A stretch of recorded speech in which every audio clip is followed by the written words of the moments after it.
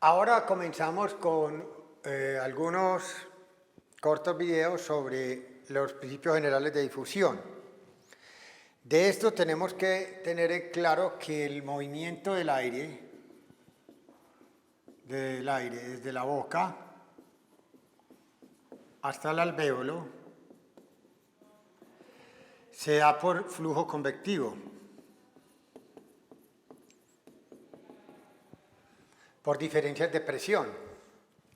En cambio, cuando nosotros tenemos ya el recorrido del aire que ya va llegando a las vías aéreas periféricas, nosotros ya sabemos que por el gran aumento del área hay un gran enlentecimiento de ese aire, prácticamente para que en los ductos alveolares el aire esté casi totalmente ya frenado, ductos alveolares, y se da un movimiento de ese aire por lo que llamamos difusión.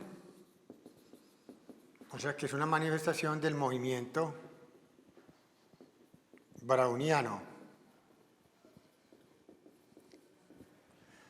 que es un movimiento de simplemente agitación térmica. Yo me muevo donde hay más energía a un sitio donde hay menos energía. Y eso es lo que nosotros planteamos como fundamental para poder entender la difusión. Las leyes de difusión que vamos a tener que difundir en el pulmón. Los dos gases que nos interesan a nosotros para intercambio. Nos gusta entrar oxígeno y que ese oxígeno entre a la sangre y el CO2 en sentido contrario salga a la sangre para que sea botado por el O2. Miremos acá en este esquema, esto que sale aquí es difusión del pulmón total. Ahí la llaman como DL, difusión a través del pulmón, difusión pulmonar total. Y tiene dos componentes. Es la suma de DM, la difusión que tiene a través de la membrana, y esto representa toda la membrana que tiene que atravesar entonces el gas, y un componente que llama, entonces DL se compone de un componente de difusión a través de la membrana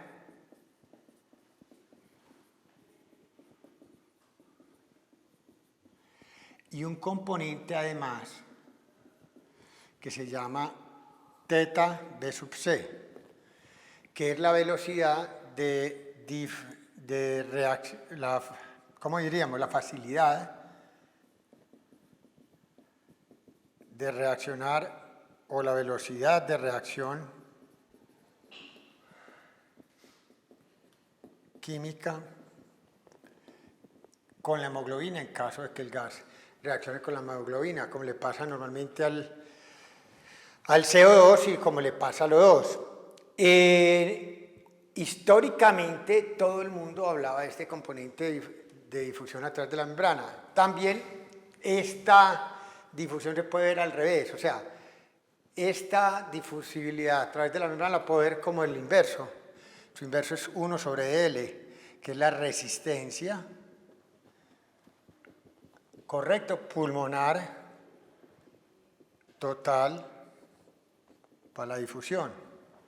1 sobre dm sería exactamente la resistencia del componente de la membrana.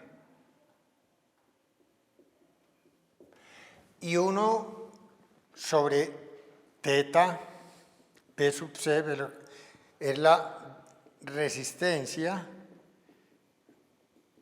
a la reacción de la hemoglobina con el gas. ¿De acuerdo? Bueno, entonces,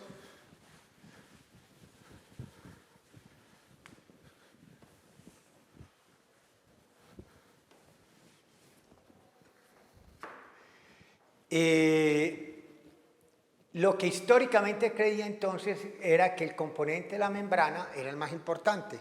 Incluso en esta gráfica está un poco, vamos a verlo acá, está muy engrandecido, pero lo voy a mostrar para que vean.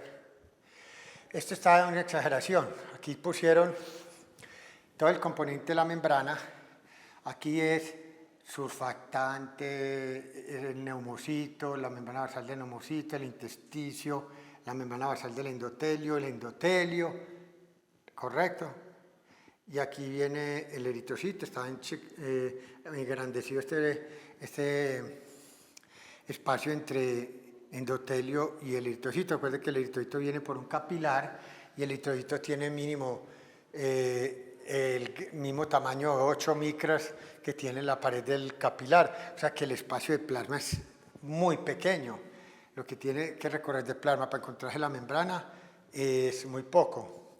Está engrandecido acá es por decir que el componente de membrana para atravesar el eritrocito y recorrer un poquito el espacio interior del glóbulo rojo es parte del componente de membrana y es un punto importante tener en cuenta. Y miremos acá lo moderno. La difusión es la capacidad de difundirse a través de este componente de membrana más la velocidad de reacción química. Actualmente esto tiene un 50% de importancia y esto tiene un 50% de importancia en promedio, que es lo que varió con respecto a lo que se había enseñado antes. Antes se decía entonces que el componente de membrana era lo único que era importante y el componente de membrana para difusión de un gas, por ejemplo O2 o para el componente del CO2, siempre lo sacaban por la ley de Fick. Simplemente le decían a uno cuánto es el delta de P o el coeficiente de difusión por el área sobre el grosor. ¿Qué es lo que la difusión a través de los gases, a través de la historia se hizo? Fick estudió la difusión de gases a través de gases. Y ahí tenemos la difusión de un gas, va a depender de coeficiente de difusión, que es lo que aquí vamos a hablar, solubilidad, el grosor en el denominador, el área de esto por donde esté pasando y la difusibilidad es la difusión, la cantidad de gas que pasa en mililitros por minuto. Lo único que aquí incorporamos es delta de P. Entonces este delta de P, este D, lo vamos a resolver y explicar después, depende de coeficiente de solubilidad sobre la raíz cuadrada del peso molecular. En último término, ese coeficiente de solubilidad es la solubilidad de un gas, coeficiente de solubilidad frente a la solubilidad de un gas, que es la ley de Henry, y la del denominador, que es la raíz cuadrada del peso molecular, es la ley de Graham. Entonces Henry simplemente dijo que la cantidad de un gas disuelto en un líquido, por ejemplo, es directamente proporcional a un coeficiente de solubilidad y a la presión parcial que tenga. Entre más presión parcial tenga, más se va a disolver, pero depende también de la solubilidad que tenga el gas en ese líquido. Entonces, una cosa es viajar de gas en gas, que es la primera parte, antes de atravesar todo el resto de la membrana que es líquida, que es cuando el aire está en el ducto alveolar y empieza a recorrer su vía a través de esa membrana. Bueno, por ley de Graham,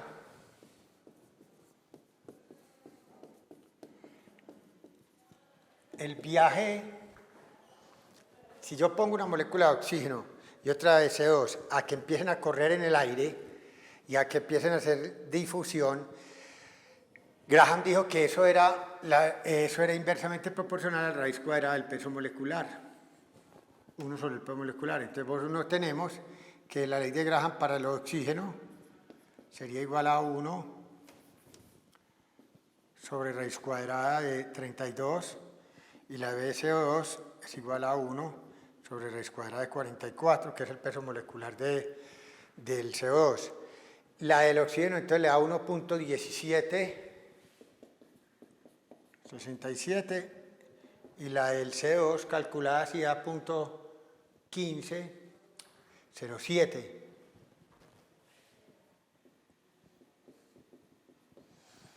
Si yo divido, entonces, ¿cuánto es la solubilidad del CO2 comparada con la del O2? Sería 0.1507 dividido 0.1727, lo que da un 85%, 0.85. O sea que en el aire, difundiendo a través del aire, difunde mucho más rápido, más veloz el oxígeno que el CO2. Pero si yo ya tengo en cuenta la velocidad de difusión de un gas en un líquido, tengo que tener en cuenta no solo la ley de Graham, sino tener también en cuenta la ley de Henry. Y si yo aplico eso, la ley de Henry, entonces, sinceramente, tendría que decirlo de la siguiente manera. Para el CO2, pongámoslo acá, y para los O2 acá. Bueno, para el CO2 tenemos un coeficiente de solubilidad de 0.592 sobre la raíz cuadrada del peso molecular, que es 44, y para el O2 tenemos 0.0244 de coeficiente de solubilidad sobre raíz cuadrada de 32. Esto nos da aproximadamente 0.089 para el CO2 y para el oxígeno 0.0431. Entonces, si yo divido esas dos, si yo divido 0.089 en 0.00431, eso le da aproximadamente 20 veces más. ¿Qué quiere decir eso? Que combinando el viaje del oxígeno con el CO2, atravesando el aire y después teniendo en cuenta el viaje bajo el agua, o sea, en componente de difusión a través de la membrana, teóricamente, por ley de Fick, hasta ahora voy ganando yo en coeficiente de solubilidad, lo que es la D en la ley de Fick, lo voy ganando con el CO2 20 veces. Entonces, algo debe estar ocurriendo para que eso se me pueda llegar a igualar, que eso es lo que nosotros veremos en la próxima sesión.